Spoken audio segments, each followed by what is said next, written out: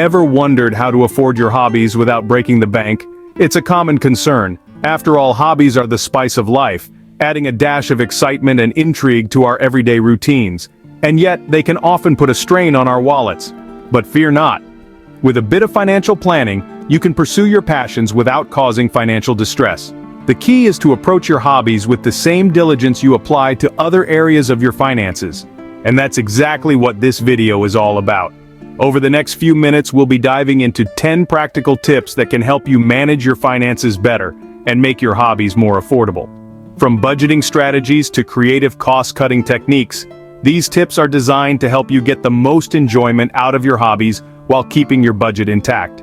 So, here are the top 10 financial planning tips for hobbies. Kicking off with number 10, budgeting. The essence of budgeting is not about restricting your spending, but rather about understanding your spending. It's about making your money work for you, not against you. When it comes to hobbies, budgeting becomes even more crucial. You need to set aside a specific amount for your hobbies every month. This helps you keep track of your spending and ensures you don't go overboard. Think of your hobby budget as a financial boundary, a line you've drawn in the sand.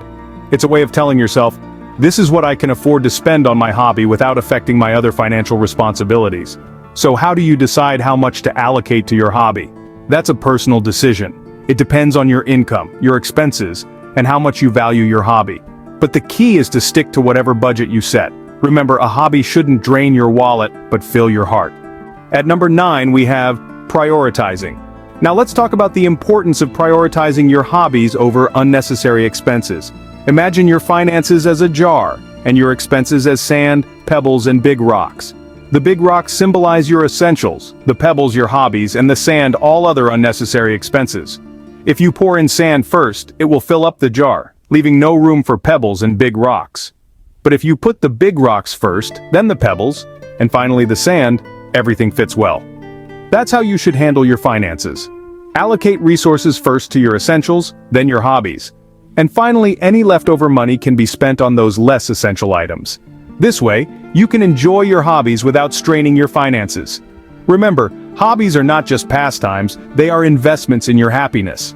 Prioritize wisely, because not everything that counts can be counted. Coming in at number 8, saving. The first step towards financial freedom is learning to save, and this applies even to funding your hobbies. Now, saving doesn't necessarily mean you have to live a Spartan life, cutting out all fun and frivolities. It's more about setting aside a bit of your income regularly, earmarked specifically for your hobbies. For instance, if photography is your passion, you might save a small percentage of your paycheck each month towards that new lens or camera bag you've been eyeing. Or if you're an avid reader, saving a few dollars each week could soon add up to buy that special edition book you've been longing for. The key here is to save consistently, making it a habit rather than a chore. Remember, it's not about the amount you save, but the discipline it instills. It's about making your money work for you, not the other way around. Saving isn't about being stingy, but about being smart. At number 7, we suggest earning from hobbies. Yes, you heard that right. Convert your passion into a source of income. You're already investing time and energy into your hobby. Why not let it pay you back? Take photography, for example. Those stunning snaps of yours could be sold as stock photos or printed on merchandise. Or, if you're a whiz in the kitchen, consider selling your homemade jams and pastries at local farmers markets. Crafting enthusiasts, how about opening an online store to sell your handmade jewelry or knitwear? And for those of you with a knack for teaching, why not offer classes or workshops in your area of expertise? These are just a few examples of how to monetize your hobbies. The key is to think creatively and find a niche where your skills can shine. Remember, the best way to earn from your hobby is to provide something of value that people are willing to pay for. So, turn your passion into your paycheck. Number 6 on the list is buying secondhand.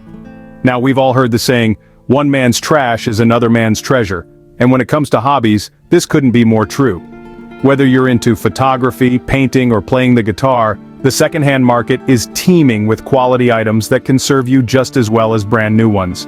The key is to know what you're looking for, do your research, understand the market value of items, and always inspect the goods before making a purchase.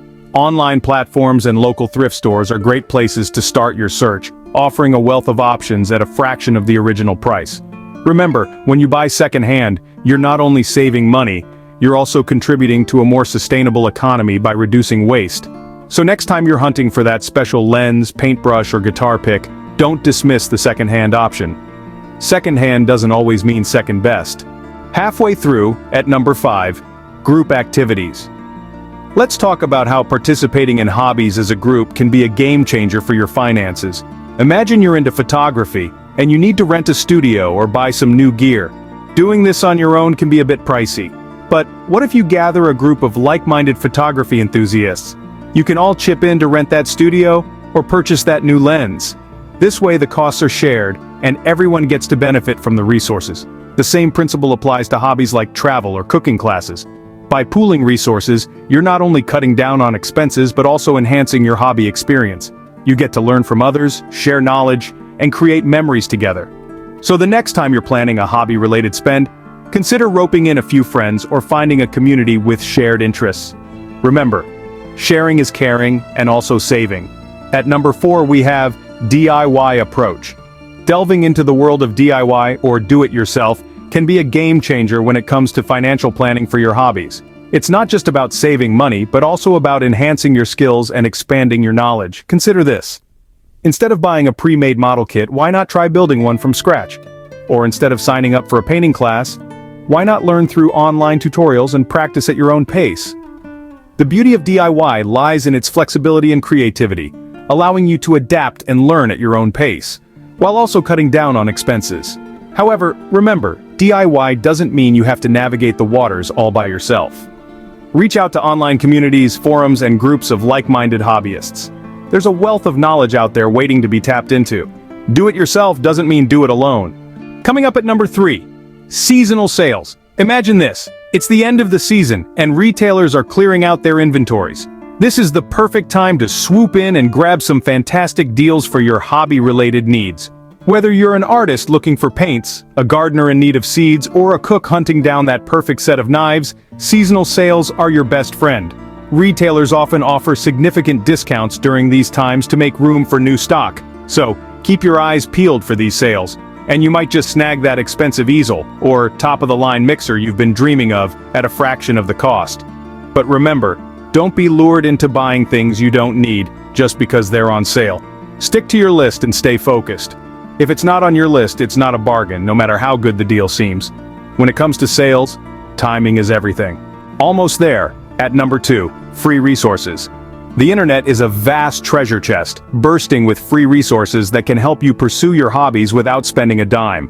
From online tutorials and DIY guides to forums and communities where like-minded individuals are more than eager to share their knowledge and expertise, the possibilities are endless. Libraries, too, are a goldmine of free resources. Many offer workshops or classes, not to mention the countless books and magazines that can provide comprehensive insights into your hobby of choice. Then, there's the prospect of bartering. Got a skill or an item that someone else might find valuable? Trade it for something you need. It's a win-win situation. Lastly, don't forget about giveaways and competitions. Companies often host these to promote their products, and you might just get lucky. So remember, while these resources may be free, they're invaluable in their own right. Free doesn't always mean cheap. And the top tip, at number 1, patience. Patience, my friends, is more than just a virtue.